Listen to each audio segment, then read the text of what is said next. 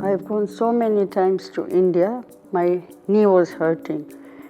It's really 10 years. So one fine day, we were just talking and my son said that let's try, Dr. Irfan is here from Pakistan. Let's go and visit him. Let's see. So we came to see Dr. Irfan and he suggested that I need a knee surgery.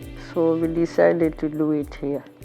Basically, the patient having a knee arthritis, there is a different modality of treatment. In the first and second grade of the arthritis, which we diagnose on the radiography, is we manage conservatively with the medicines, with the injections. But in advanced arthritis, we offer the patient surgery.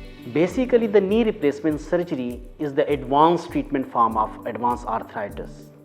We not replacing the knee, nowadays we are using the resurfacing. We only resurface the bad part of the knee which is damaged. So we put we remove the bad part and put the new things, the new prosthesis inside the knee. So she came to me with the severe pain.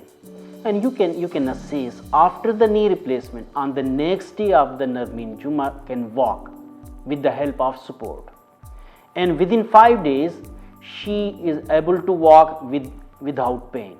Like my quality of life after the surgery is, I should say 100% I'm okay.